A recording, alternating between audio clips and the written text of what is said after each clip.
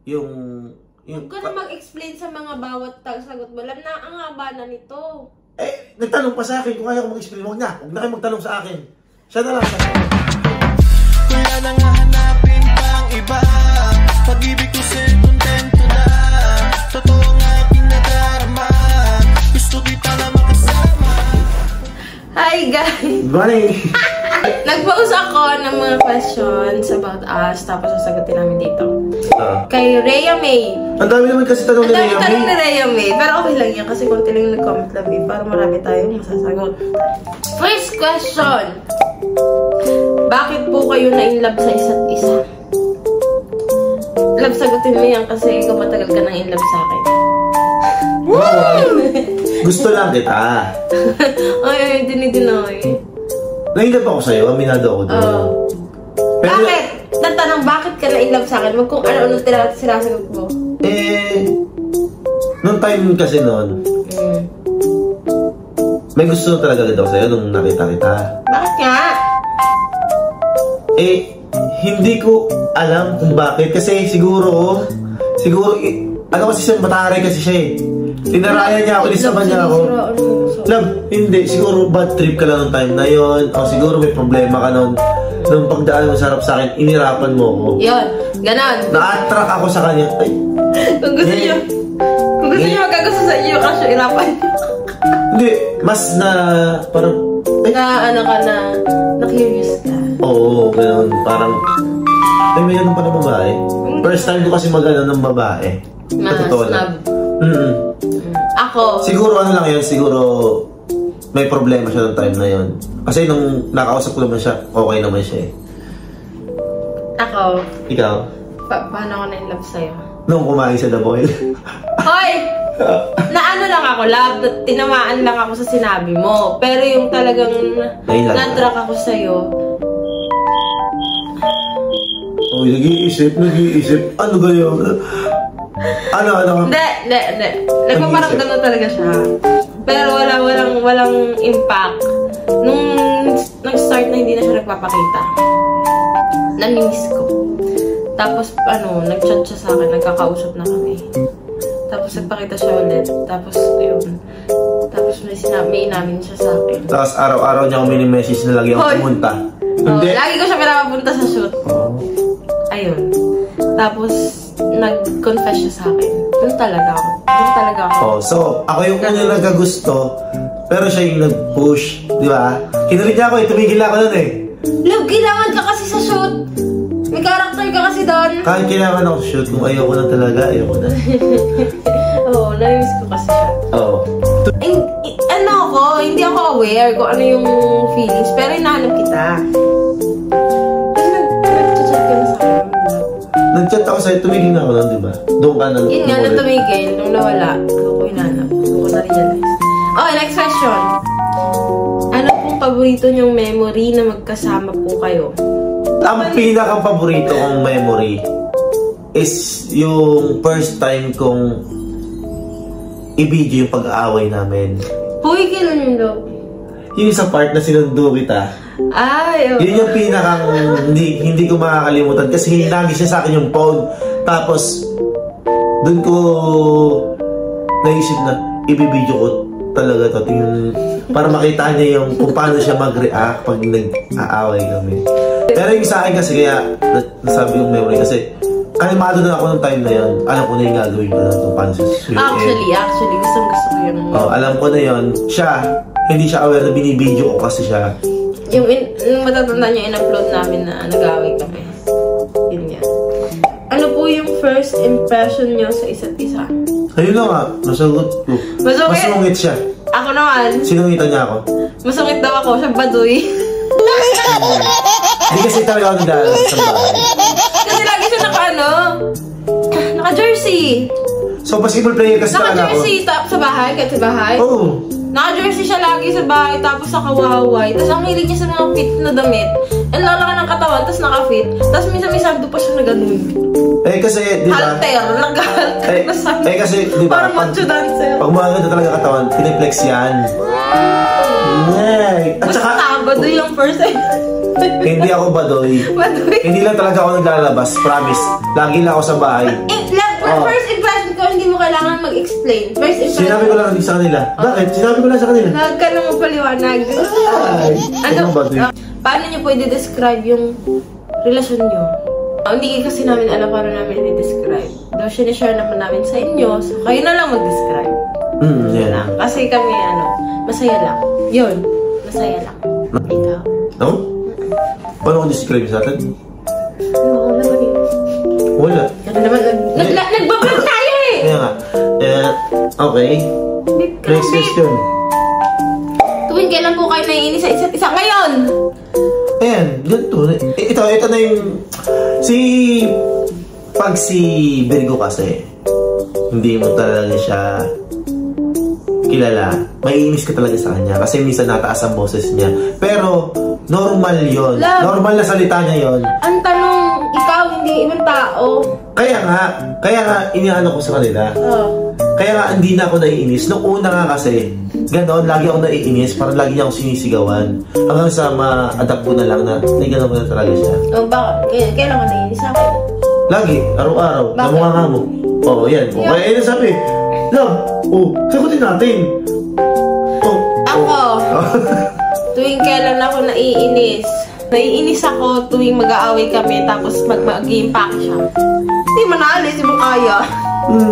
Pinigilan mo ako. Oo, ayun nga. Pinigilan niya ako, pero alisin dapat talaga ako noong time na yun. Yun, tuwing mag-aaway kami, tapos mag-iimpact, tapos lagi lang. First time yun, nung pinigilan niya ako, tapos doon ko narinis na doon ko siya maiinis. Kaya ginagawa ko lagi. Di ba? Okay, next question. Sa tingin niyo po ba, ano ang pinagkaiba niyo po sa ibang mga couple? Ang hirap explain eh.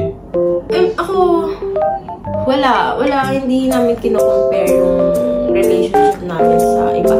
Siguro normal, kasi siguro yung... Yung ibang couple... Ako siguro yung para we share the same interest. Kasi magkasama kami doon sa ginagawa namin. So,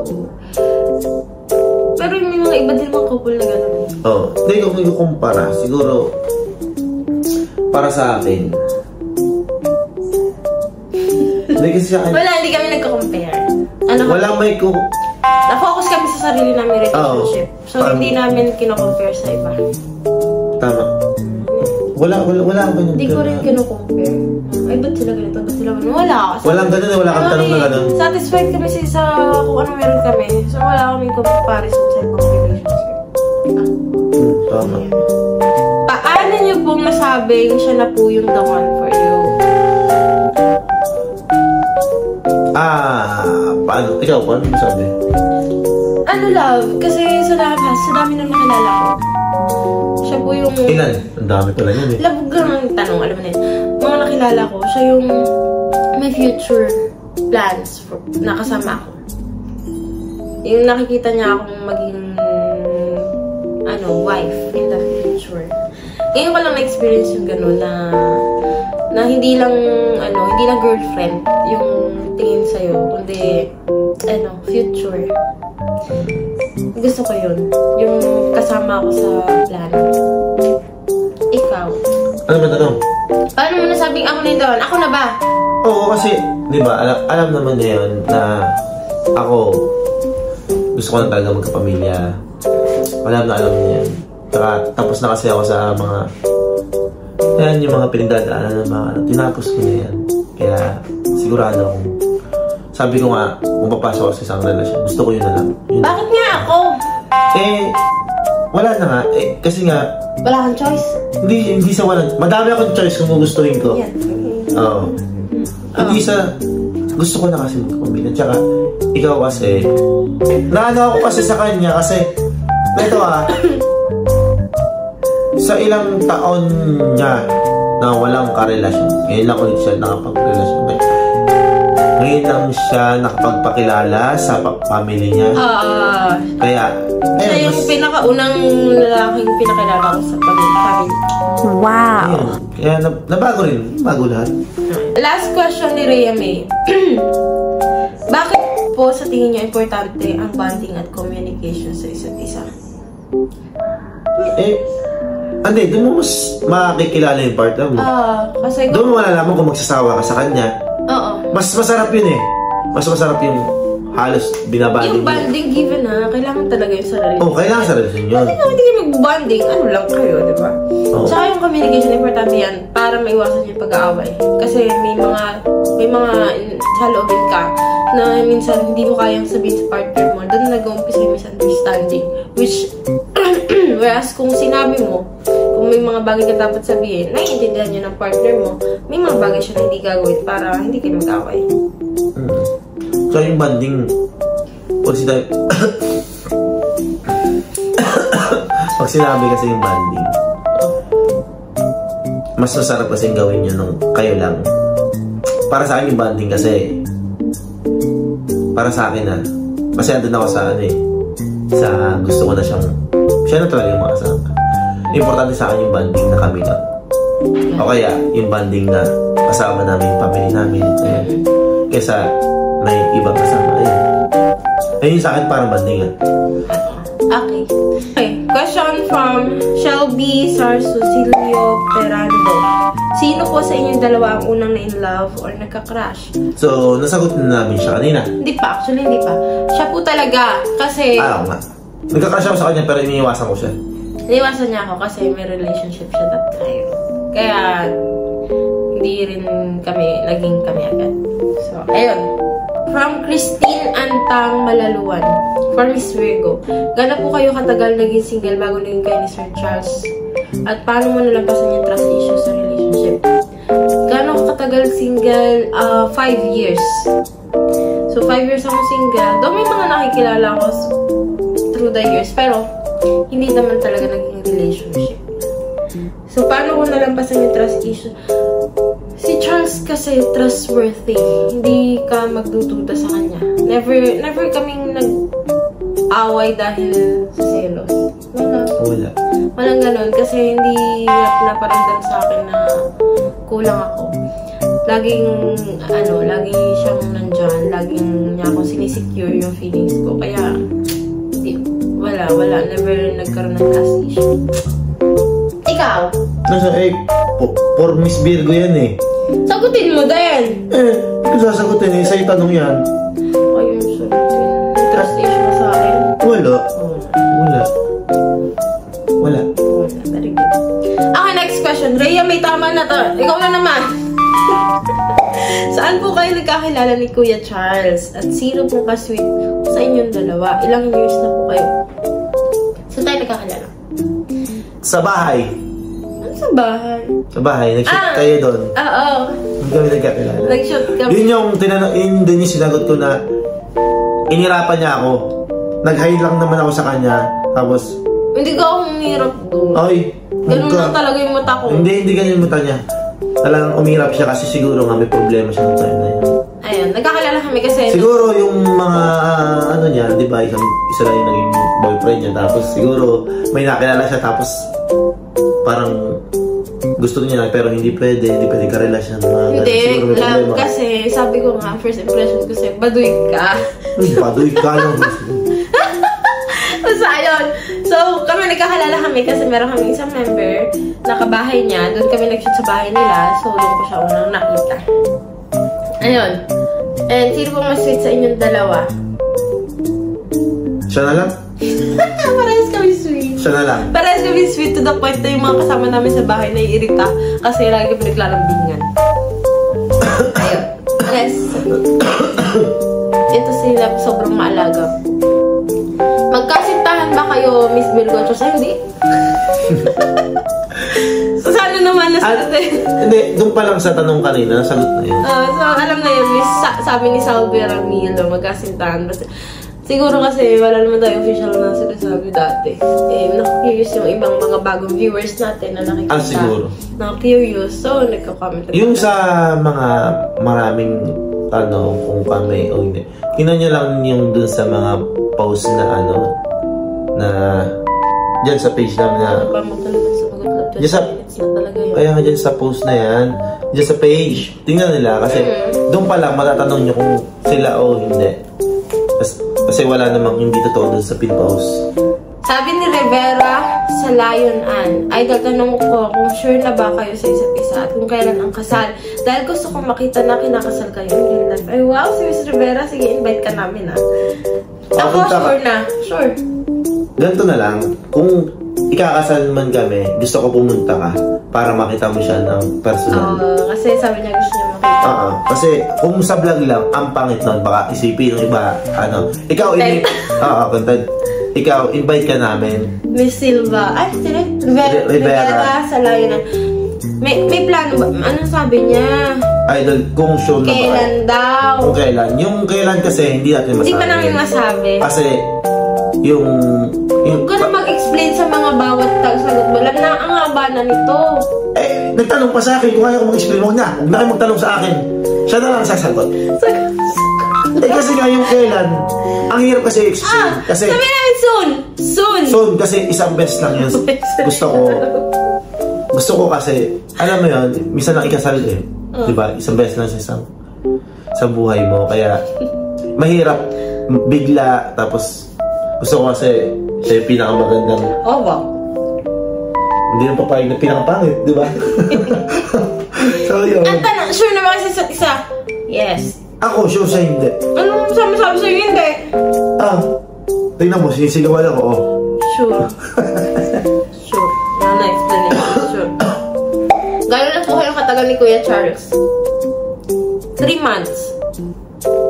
3 months. 3 months. Ano pong pipiliin nyo? Mahal nyo o mahal kayo? Ate, ako mahal ako. Kasi dahil mahal niya ako, minahal ko siya. Ay, pangit mo sumaligot. Bakit? Dahil kasi ako feeling siguro yung pinagdaanan niya, siguro. Ganun feeling ko kasi ako, mahirap akong mahalin. Parang pag may makilala ako, parang hindi pure, hindi totoo. Parang mahirap ko naman talagang mahalin siya kasi, pinaramdam niya sa akin na talagang kamahal-mahal ako. So, doon ako nahulog. Yun. Ikaw? Ano ba yun? Napipiliin ko? Ikaw naman talaga yung naunang mahal ko. Sa akin. Mahal ko. Alam mo yan. Kaya nga. Alam mo yan kung bakit mas pipiliin ko yung mahal ko kasi kung sakali mang hindi talaga ako yun, kaya kong bitawan yung kasi nga mahal ko. Explanation naman. Diba? Ako kasi yung taong mas pipiliin kong lumayo. Doon siya nagagalit. Kaysa masaktan ko siya. Hindi, mali yun. Bakit? Hindi, sa akin yun. Sa akin yun. Bakit sa akin niya? Next question. Kailangan ko mag-explain. Kailangan ko ba? Ang dami explanation.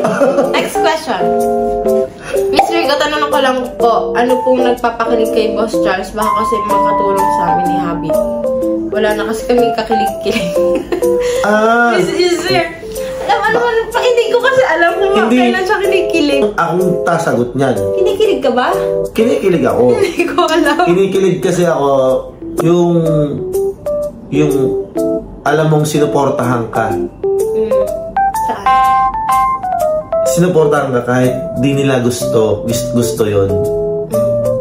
Ayun yung impact na Hindi ko get sample. Sample. Ayaw mo basketball. Pero napilitan ka. Tapos pag-aawahin natin. Tapos kailan ko ayaw mag-basketball ka? Gusto ko nga. Ito kasi nakakilig sa kanya. Alam niya yung nakakilig. Kasi ngayon na saan nangyari yun yung basketball. Gusto niya naman talaga akong basketball. Kaya lang, pag tuwing Sunday kasi marami akong lalaroan. Tapos sabihin niya sa akin, magdadabog siya na, di ba? Nakakilig yung part na yan na pagdadabugan niya ako hanggang sa di ako makalis. Kasi nga, yung rason niya doon, minsan lang talaga kami magkakasama. Actually, hindi mo talaga kami kakasama ng magkakasama na kami matutulog. Kasi wala talaga kami time na yung bonding. Mahirap sa amin yun kasi nga pagdating sa bahay, shoot talaga dito. Kaya wala rin kaming time. Kaya yung Sunday na yon, doon ako kinikilig sa kanya pag sinabi niya, huwag ko naman umalis, ganyan. Ang dami sa akin sasabihin. Ano ito, pasusapin. Mas kinikilig ako. Yung pinapayagan naman niya talaga ako. Hindi man ito mahigpit. Di ba pwede akong mag-inom buwas? Pwede. Hindi ko naman nag-iinom sa labas. Ako nga mag-inom pa pala sa'yo ngayon. Saan? Di ba? Sige na. Next patulin. Ang dami mo talaga sa mga. Ang haba ng vlog. Kaya, ayun, patulin mo.